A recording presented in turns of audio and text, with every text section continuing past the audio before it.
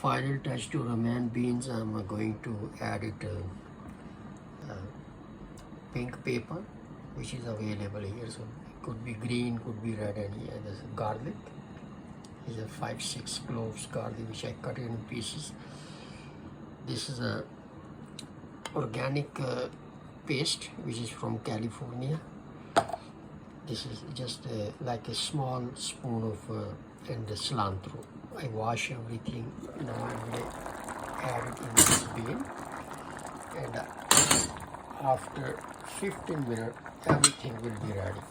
I'm just going to, if I need to add a little bit salt or a little more water, I will add it.